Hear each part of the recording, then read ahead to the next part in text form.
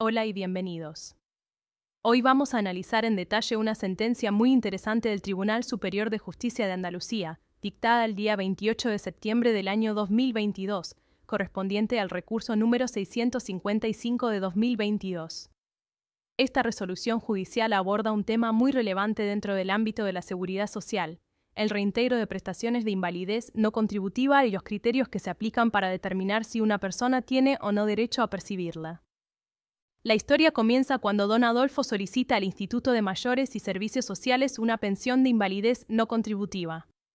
Esta prestación, como sabemos, está dirigida a aquellas personas que, por razón de una discapacidad o invalidez, no pueden trabajar y carecen de recursos económicos suficientes.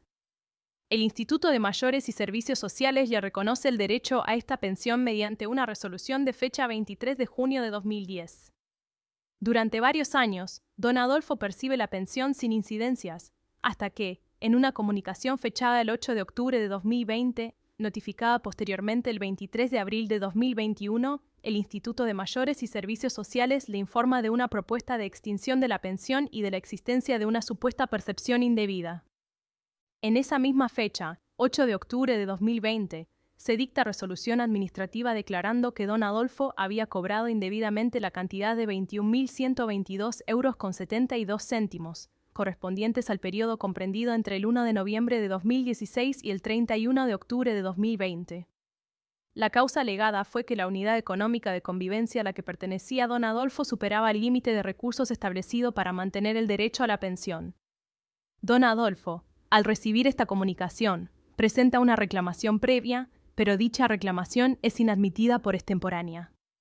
Aún así, en el juicio posterior, la Administración no alegó caducidad de la demanda, por lo que el tribunal consideró que debía analizar el fondo del asunto.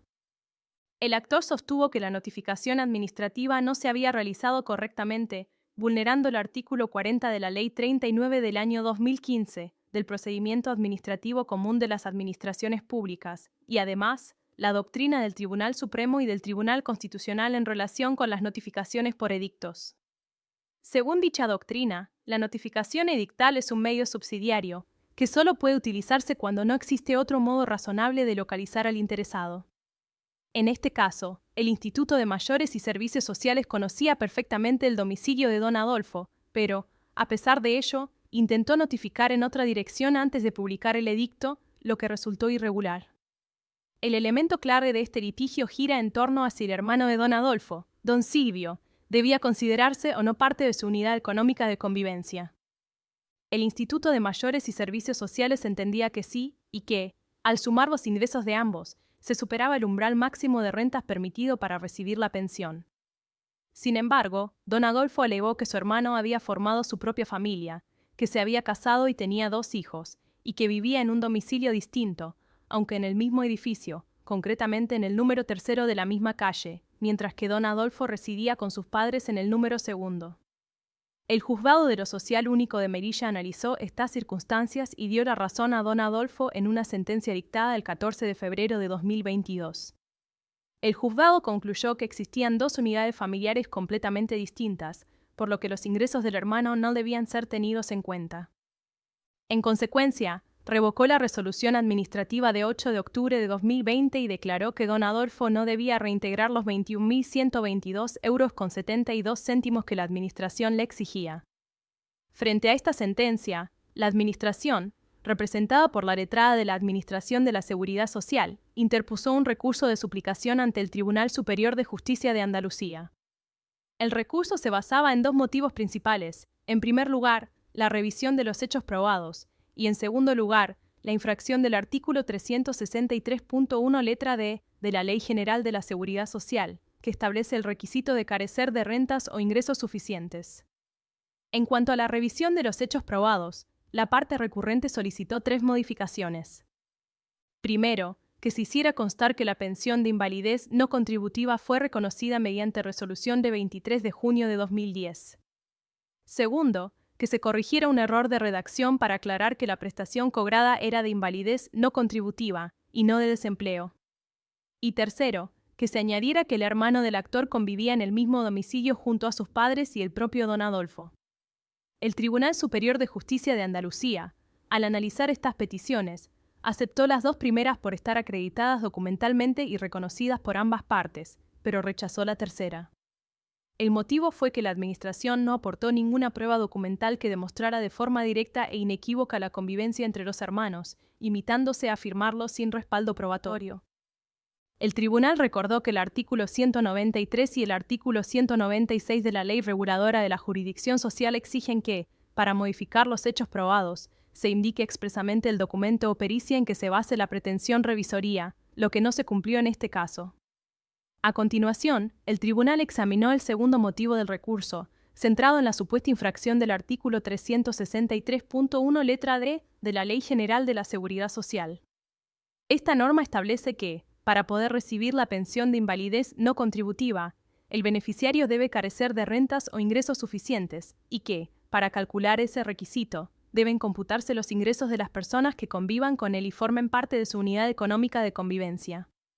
El debate, por tanto, consistía en determinar si el hermano del actor debía considerarse incluido dentro de esa unidad económica.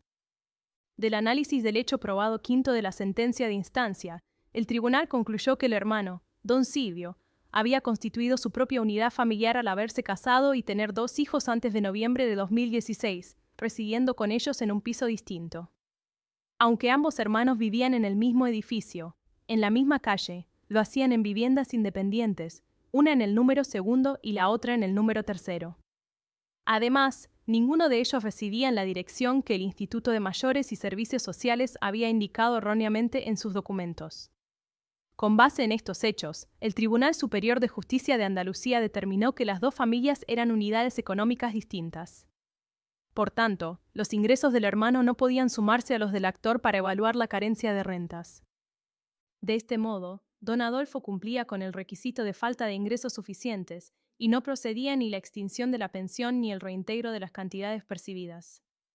Finalmente, el Tribunal Superior de Justicia de Andalucía dictó su fallo en los siguientes términos: desestimar el recurso de suplicación interpuesto por la letrada de la Administración de la Seguridad Social contra la sentencia dictada por el Juzgado de lo Social Único de Melilla en fecha 14 de febrero de 2022, en los autos sobre reintegro de prestaciones de invalidez no contributivas seguidos a instancia de don Adolfo contra el Instituto de Mayores y Servicios Sociales, confirmando la sentencia recurrida. En otras palabras, el tribunal confirmó la decisión del Juzgado de Melilla, dando definitivamente la razón a don Adolfo. Esto significa que el actor conserva su pensión de invalidez no contributiva y no está obligado a devolver la cantidad de más de 21.000 euros que se le reclamaba. Este caso ilustra la importancia de delimitar correctamente el concepto de unidad económica de convivencia en las prestaciones sociales.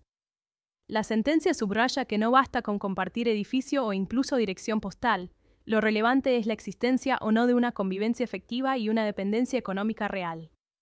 También resalta la necesidad de que la Administración practique las notificaciones con todas las garantías, ya que un error en ese procedimiento puede invalidar una resolución entera.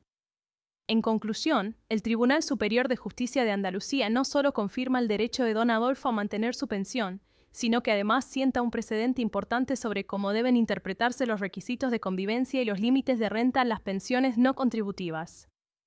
Si te pareció útil esta explicación, comparte este vídeo en tus redes sociales para que más personas aprendan a defender sus derechos.